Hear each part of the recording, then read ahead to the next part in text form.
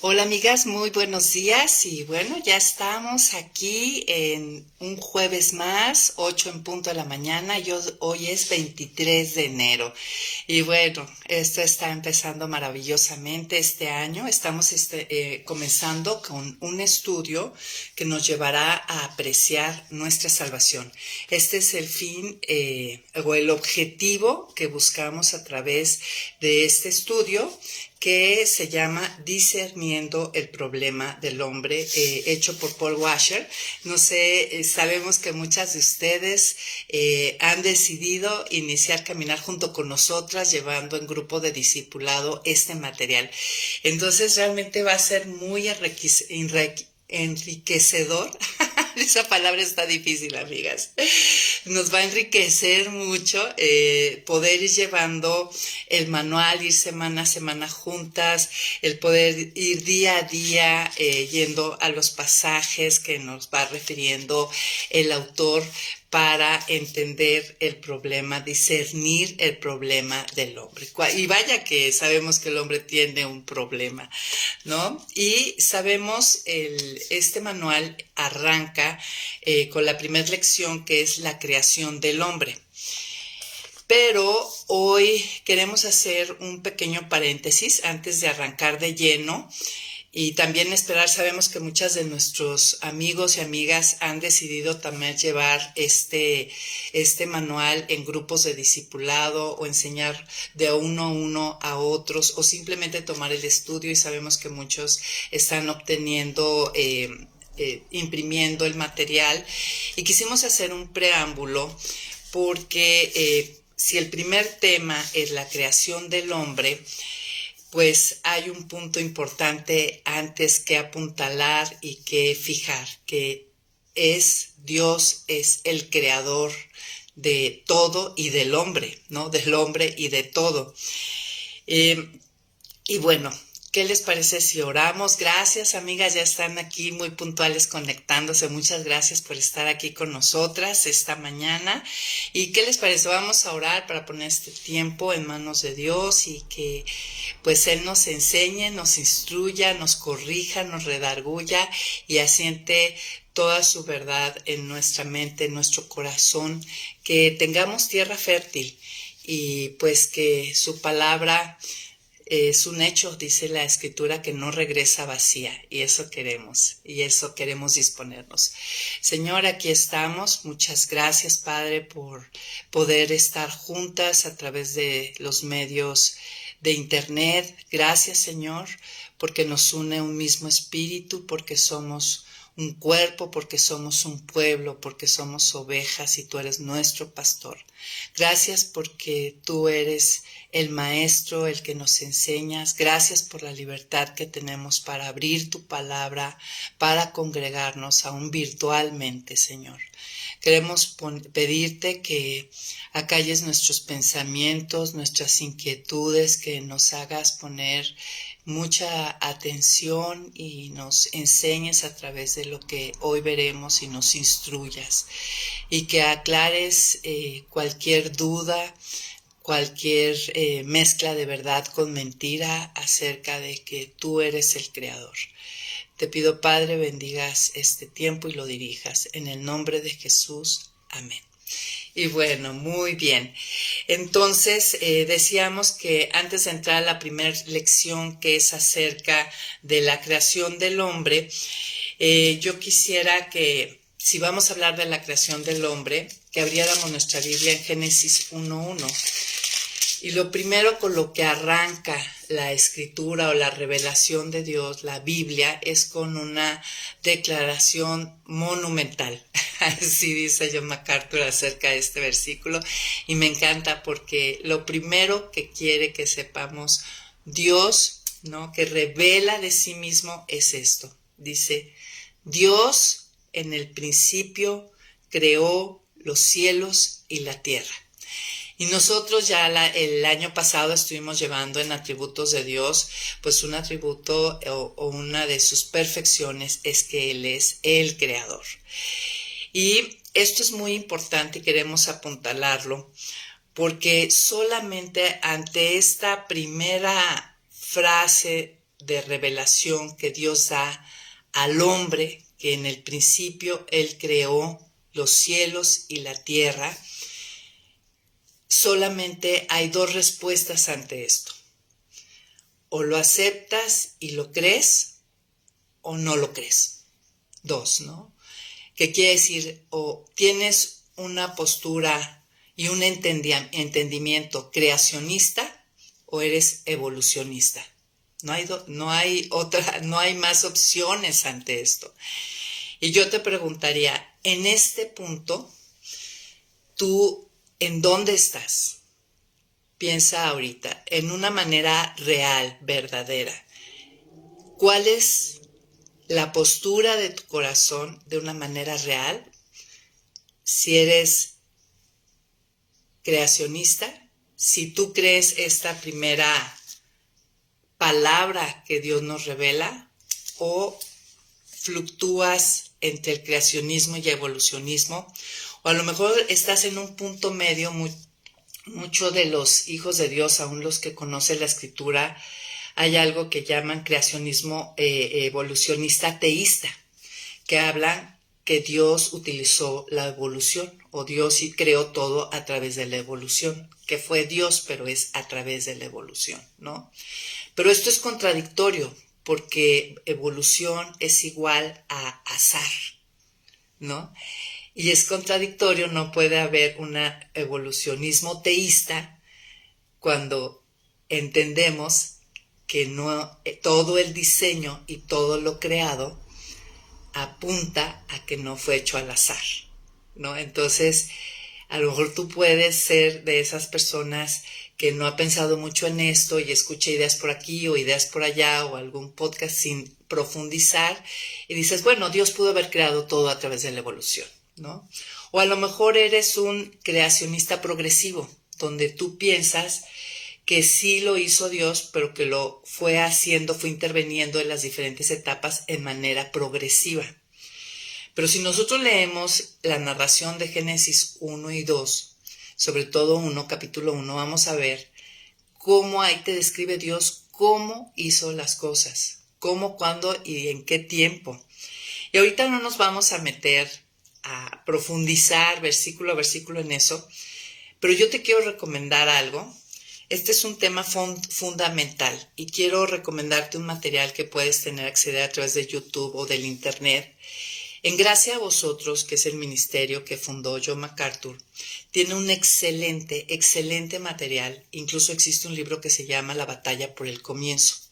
Y hay una serie que se llama La creación, créalo o no.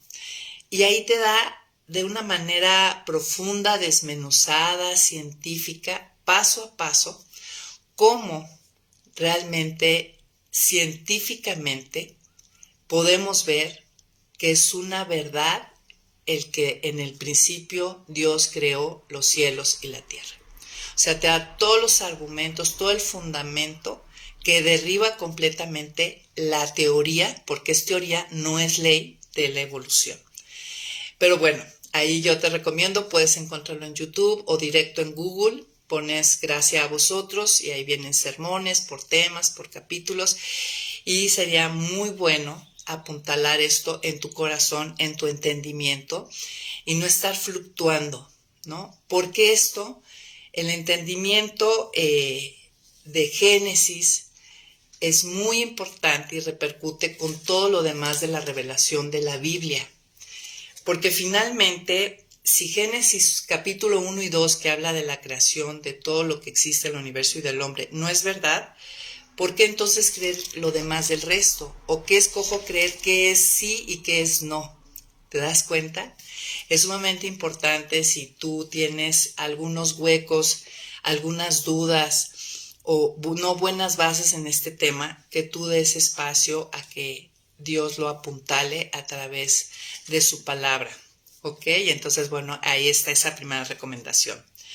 La veracidad de la Biblia en el tema de los orígenes es realmente crítico para el pensamiento humano, porque la manera en que yo entiendo mi origen impacta y construye mi identidad, ¿sí? Y habíamos hablado aquí en Semillas de Esperanza, habíamos hablado de la identidad, es muy importante. La identidad responde a la pregunta ¿quién soy? ¿De dónde vengo? ¿A dónde voy? ¿Cuál es mi propósito? Y si yo soy producto de la evolución, o sea, del azar, de una serie de accidentes afortunados, ¿no? Que es totalmente contraciencia, ahorita vamos a ver hay muchísimos argumentos, pero vamos a ver uno. La materia no se puede organizar a sí misma, es imposible, pero ahorita explicaremos un poquito más. Entonces, realmente, de aquí parte, esto construye mi identidad, ¿no? Yo únicamente soy producto del azar. También, si yo no fui diseñada intencionalmente por Dios a imagen y semejanza, pues mi valor del ser humano y de una ballena es exactamente igual. De hecho, hoy podemos ver, y esto viene de una tendencia evolucionista, que hoy se aprecia más los huevecillos de un pez, ¿no? De una ballena, que los embriones de un ser humano. ¿Te das cuenta? Lo importante y el impacto que tiene lo que tú creas acerca de este primer versículo de revelación de la Biblia. No es algo que no trascienda, y trasciende también como hijos de Dios, ¿no? El entender quién me hizo, quién es mi creador y cómo me hizo, ¿no? Que es algo que vamos a apuntalar más la próxima semana, que fuimos hechos a imagen y semejanza de Dios, es lo que le da la dignidad al hombre, es lo que le da el valor. En fin, eso ya lo veremos más a profundidad la próxima semana. Pero muchos pensamos que el cristianismo arranca recibiendo y creyendo que Jesús es el Salvador. Y ciertamente sí, pero no, realmente el cristianismo arranca en Génesis 1:1, creyendo con toda claridad, con toda firmeza, sin ninguna duda, que en el principio Dios creó los cielos y la tierra y todo lo demás que viene narrado en Génesis 1. Y yo te preguntaría esta mañana, ¿tú ves Génesis capítulo 1, 2 y 3 que habla de la creación de todo lo que hay, de lo visible y lo invisible del universo, del hombre y la caída? ¿Tú ves esto como una narración de Érase una vez, como un cuento de hadas? Porque muy posiblemente, sin haberlo pensado, a lo mejor, o analizado, tú ves esto, aunque abrazas la escritura, la salvación, a lo mejor esto no está bien apuntalado y asentado en tu corazón. Miren, la doctrina, o sea, la enseñanza de la creación es fundamental. Si yo cambio el principio de la revelación, ¿tendrá repercusión en todo lo demás? Piénsalo.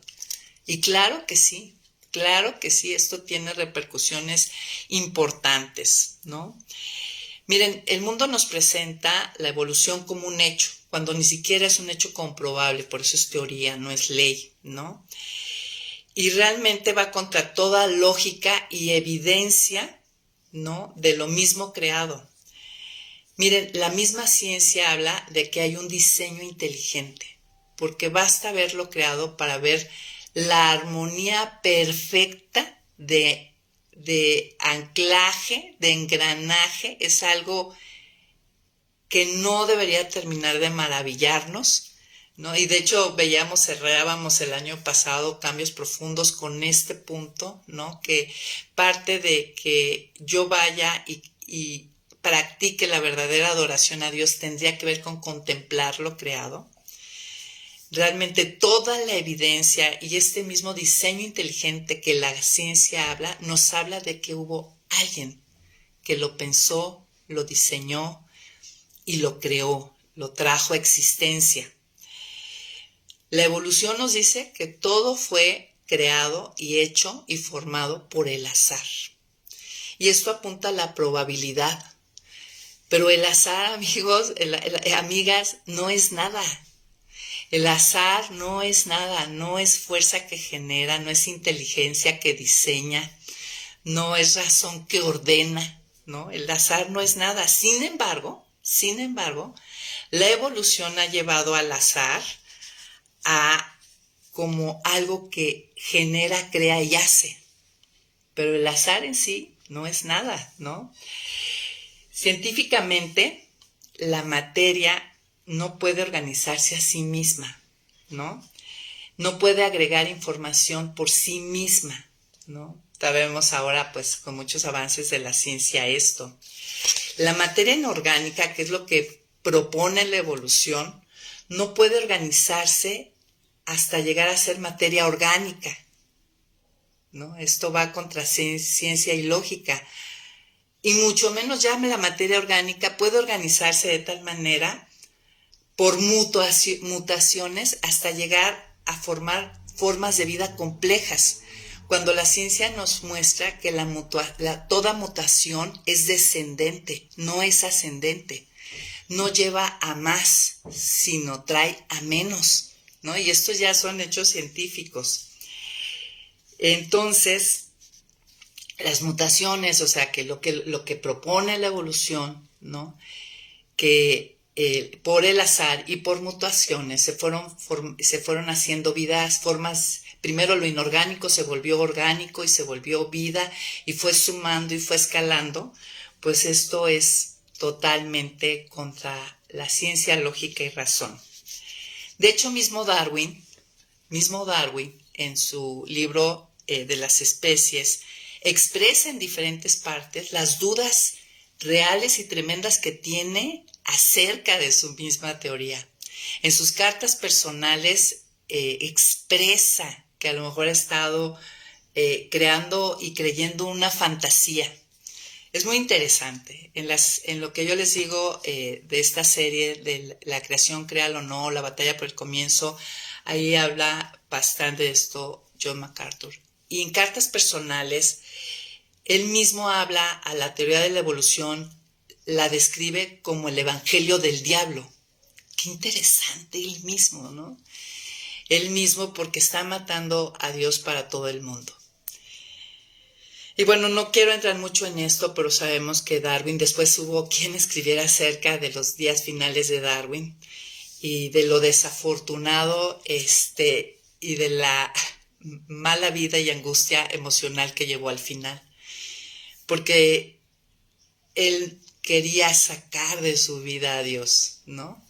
Y de hecho el mundo científico muchas veces quiere sacar de su vida a Dios, más que nada porque entiende, no por el creacionismo, sino el área donde tenemos que dar cuentas a un Dios, ¿no? Esto es interesante de pensar. Pues Hebreos 11:3 dice, si estás ahí, y muchos pues ya lo conocemos, dice que el universo fue creado. Vamos directo, vamos a leerlo. Hebreos 11:3 nos dice que por la fe entendemos que Dios creó el universo por medio de su palabra, de modo que lo que ahora vemos fue hecho de lo que no se veía. Y no quiere decir que fue hecho ex nihilo, lo que llaman de la nada, porque de la nada nada sale. Esto es otro, hecho científico. Salió de Dios por medio de su palabra, ¿no? Pero la pregunta sería, ¿puedo creer y confiar en lo que la Biblia dice y apunta en cuanto a este primer versículo que revela a Dios, que Él creó? Yo fui creada, si el siguiente tema es la creación del hombre, ¿realmente yo fui creada por el hombre o yo fui creada por medio de un proceso evolutivo y del azar? Lo que yo creo acerca de la Biblia y la palabra de Dios tiene impacto eterno, ¿sí? Ahorita vamos a ver algunos argumentos o algunas razones fuertes por las cuales creer que la Biblia dice la verdad. No solamente en cuanto a Génesis 1:1, sino en cuanto a todo. Y yo no sé si tú ya los conoces o los tienes bien claros, ¿no? Ahorita vamos a ver 5 razones claras y precisas por qué creer que lo que la Biblia dice es verdad, ¿no? Pero quiero aclarar antes que los argumentos a favor de la Biblia son importantes, pero nadie se va a convertir por los argumentos, ¿sí? Esto es importante. Solamente el Espíritu Santo es el que da convicción de pecado, justicia y juicio. Es el único que trae luz al escuchar el Evangelio, ¿no? Y nos muestra la verdad y nos regenera y nos adopta y viene el Espíritu Santo y todo eso. Solamente el Espíritu Santo.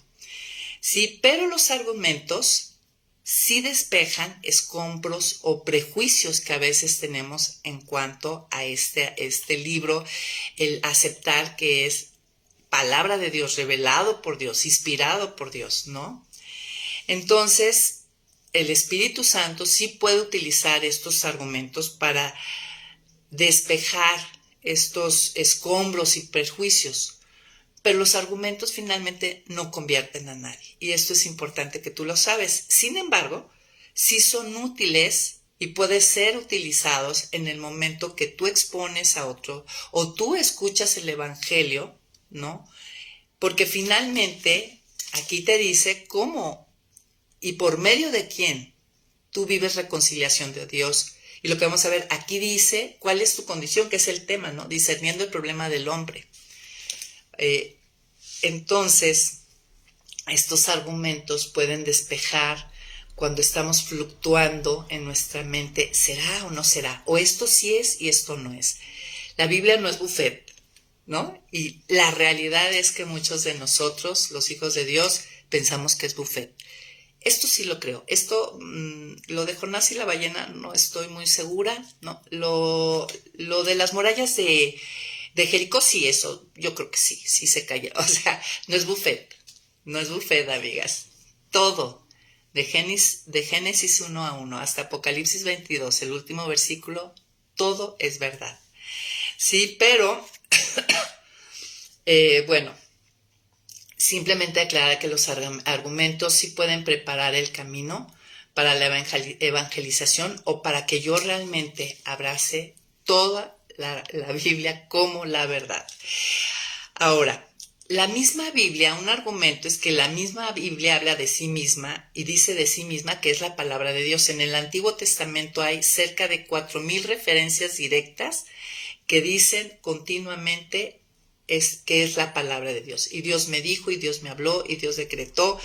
En el Nuevo Testamento hay cientos de referencias que hacen acerca del Antiguo Testamento y mismo Jesús le da esta validez y en las cartas de Pablo, ¿no?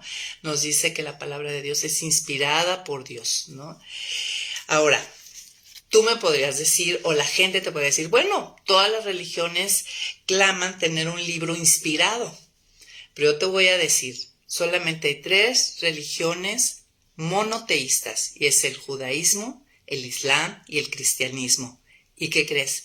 Estas 3 religiones, las únicas 3 religiones monoteístas, apuntan y dicen que la Biblia es la palabra de Dios.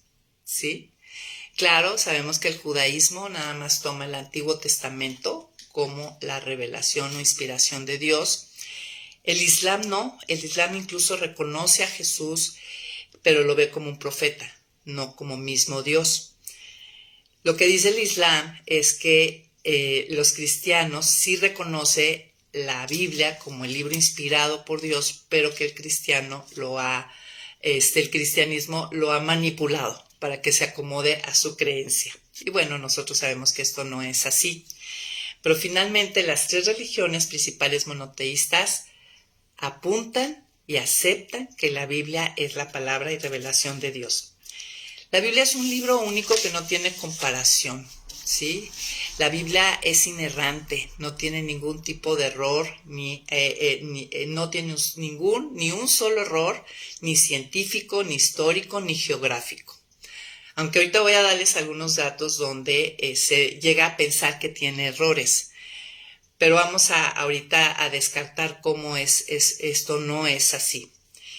Y es interesante que usualmente las personas que atacan la Biblia son personas que no la han leído o que no la han leído a profundidad, ¿sí? Entonces ahí podríamos decir, o si tú estás todavía en que si es inspirada o no es inspirada, pues bueno, léela y luego platicamos, ¿no? Esto podría decirte. La Biblia misma convence cuando tú la lees y la experimentas que esta es palabra de Dios. Yo en lo personal te podría decir, yo aquí les he compartido que yo era atea Y yo empecé por año y medio a ir a estudios de Biblia, ¿sí? Y aunque yo tenía muchas interrogantes, obviamente era evolucionista, obviamente muchas cosas, ¿no? La misma Biblia dio testimonio a mi corazón de que que no era, no podía explicarlo, pero que era la palabra de Dios. Entonces, ahí está. Ahora, entremos al tema, ¿no? De 5 razones, cómo estar seguro que la Biblia es palabra de Dios y que entonces todo lo que diga es verdad y que es verdad que yo fui creada, si el tema que sigue es el hombre creado por Dios, la creación del hombre, y la creación fue por Dios, no por azar o por evolución, y bueno, y todas las demás verdades que abraza. ¿Cómo estoy segura de que la Biblia fue inspirada y es la palabra de Dios? Pues bueno, ahí te voy a dar 5 razones rápidas, sencillas, contundentes. La precisión científica. Ciertamente la Biblia no es un libro de ciencia, pero da datos científicos precisos que es inexplicable saber cómo en tiempos antiguos podían los hombres saber acerca de ellos, cuando no había ciencia, ni microscopios, ni telescopios, ni astronomía, ni muchas de las cosas que hay en este último tiempo, ¿sí? Entonces, es científicamente preciso, ¿no? Fíjense que en 1861 salió un libro donde científicos sacaron 51 hechos científicos que hablaba de la Biblia, que decían que eran errores, pero como eso fue hace más de 130 años, pero como fue pasando el tiempo y la ciencia avanzando, se fueron acercando más bien los científicos a la verdad y se dieron cuenta de que muchas cosas que decían que no eran reales, pues ahora son reales, ¿no? Y como la ciencia sigue avanzando, seguramente irá dándose cuenta que lo que dice la Biblia es verdad. Simplemente, por ejemplo, el libro de Job se dice que es el libro más antiguo, ¿sí? Y el libro de Job señala que la tierra está suspendida y que es redonda, que Dios trazó el círculo en el abismo. Pero esto, por ejemplo, los egipcios pensaban que la tierra estaba sobre 5 pilares. Los griegos pensaban que estaba sobre el mundo, sobre las espaldas de un gigante que era Atlas. De hecho, conocemos, no sé si ubicas esa figura de un hombre enorme donde lleva en sus espaldas al mundo. Los hindús decían que el mundo estaba sostenido sobre las espaldas de los elefantes, pero por ahí luego más adelante algún sabio dijo, bueno, ¿y los elefantes sobre qué están? Bueno, pues los elefantes están sobre una tortuga. Luego por ahí algún sabio más preguntó, bueno, pero esa tortuga ¿sobre qué está? Bueno, está sobre una serpiente, dijeron los hindús. Y finalmente, bueno, pero la serpiente ¿sobre qué? Dijeron, bueno, está sobre un mar cósmico. Ya llegaron a eso, ¿no? Y cuando en la antigüedad otras culturas estaban tratando de entender los orígenes de todo y dando sus explicaciones, ¿no?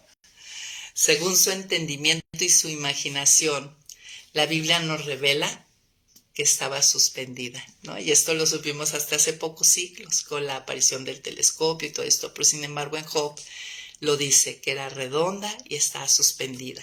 Interesante, ¿no?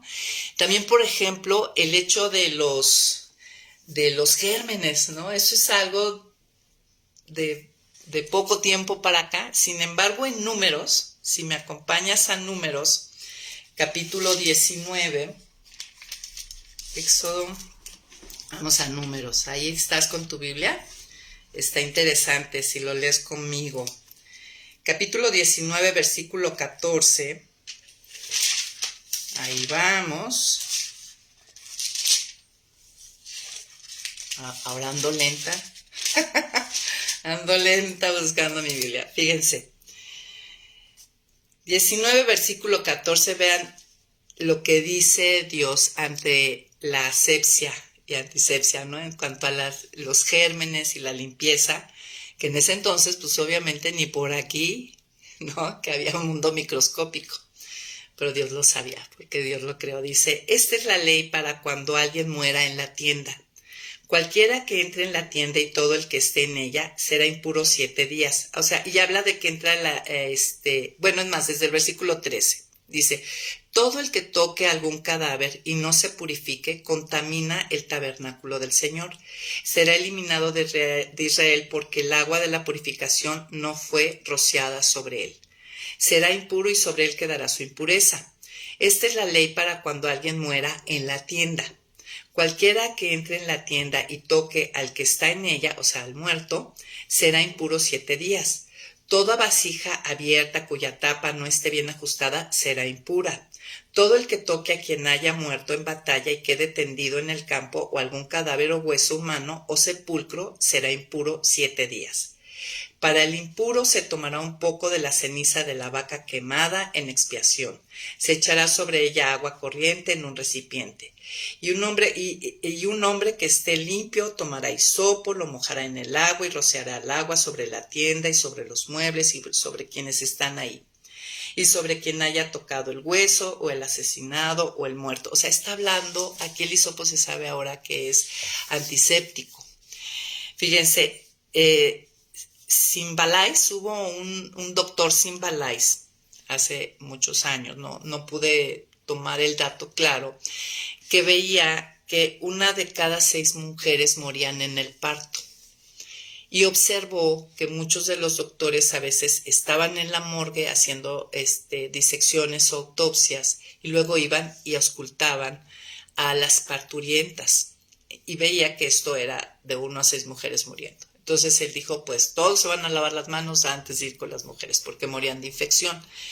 Y bueno, y esta estadística bajó de cada 84 mujeres ya solamente 1 moría. En fin, amigas, lo que les quiero mostrar es que en cuanto Dios revela, sin ser un libro de ciencia, da ciertos datos que para aquel entonces era imposible.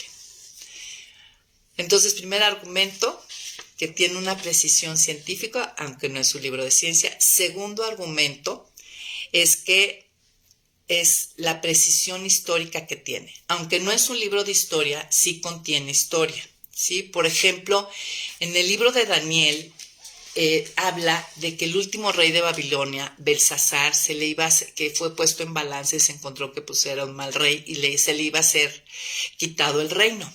Y los historiadores dicen, no, pues esto es un error de la Biblia, porque el último rey de Babilonia fue Dabinitio.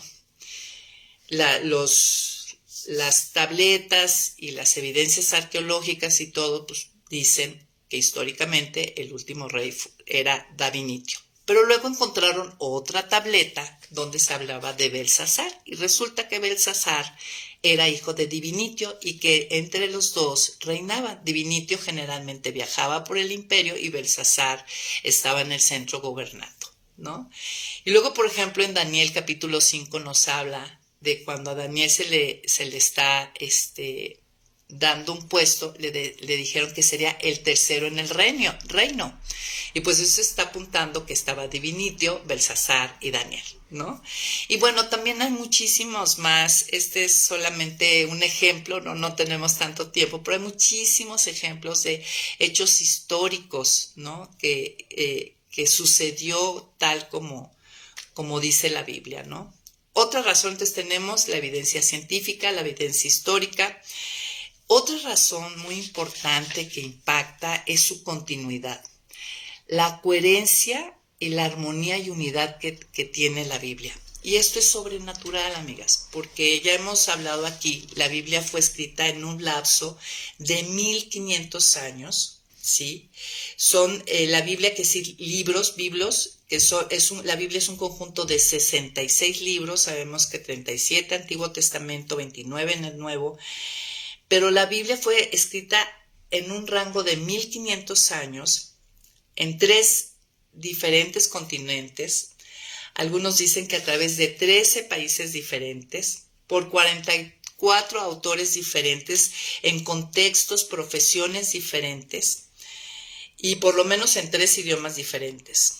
pero cuando está junto, cuando tú unes todo, hay una unidad, hay un arco conductual, hay una unidad increíble. Además, 44 personas diferentes, de épocas diferentes, idiomas diferentes, contextos diferentes. Nosotros simplemente, amigos, si yo quisiera escribir algo de Dios y alguien en Perú escribiera de Dios hace 500 años y luego alguien durante 1000 años en Europa escribiera algo de Dios, o sea, te quiero poner este ejemplo, y que lo que yo escribí, el del Perú, el de Europa, lleve el mismo arco de idea, es realmente imposible, ¿no? Si hablamos de probabilidades, ¿no?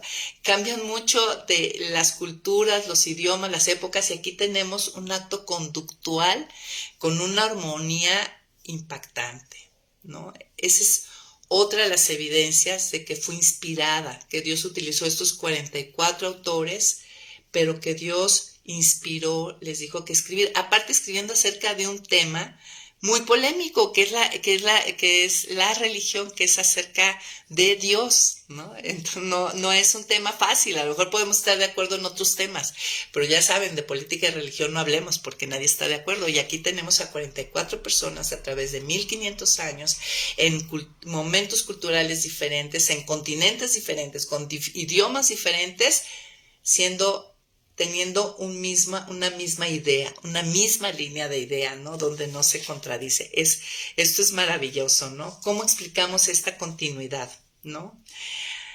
Entonces ya tenemos la evidencia científica, la evidencia histórica, la coherencia, unidad y armonía que produce. Y cuarto, el cumplimiento de profecías. Un tercio de la Biblia es profética. Y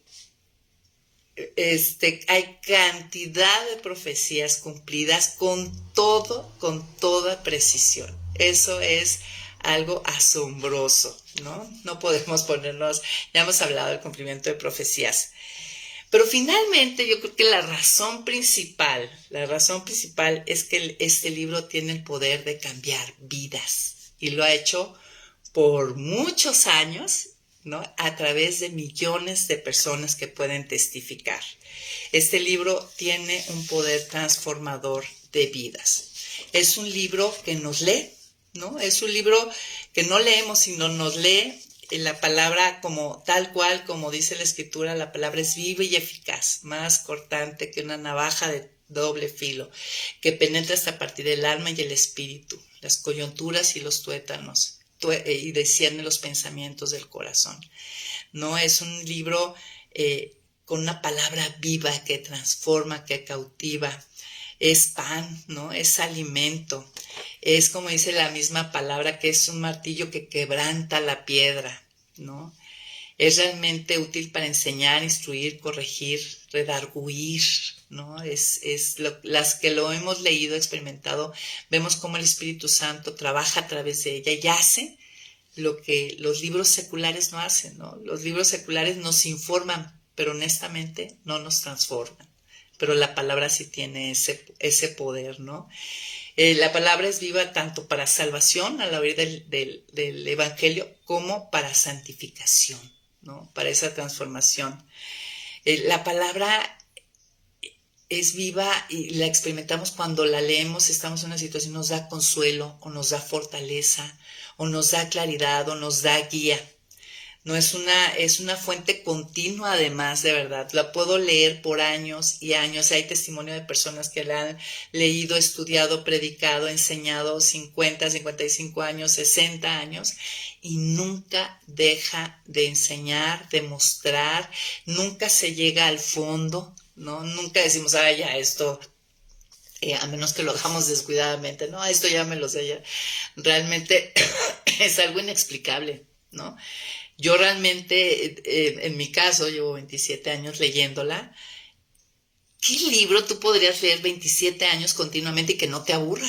Al contrario, me sigue cautivando más, interesando más, mostrando más. O sea, la Biblia, leerla, tiene un poder en sí mismo, ¿no? Por medio del Espíritu Santo toma esta palabra. Millones de vidas han sido cambiadas, ¿no?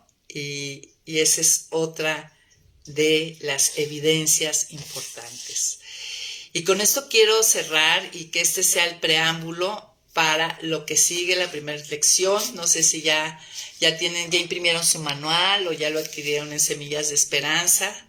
Si ya se animaron a hacer algún grupo de discipulado, hazlo. La próxima semana vamos a arrancar, ya ahora sí quisimos dar este preámbulo, porque el primer tema es la creación del hombre.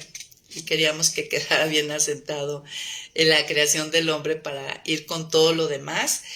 Y pues listas, arrancamos. Aquí ya su servidora esta semana arrancamos en los discipulados y está exquisito el estudio y las animo a que abran su casa, que inviten a alguna amiga o varias amigas y juntas estudiemos esto.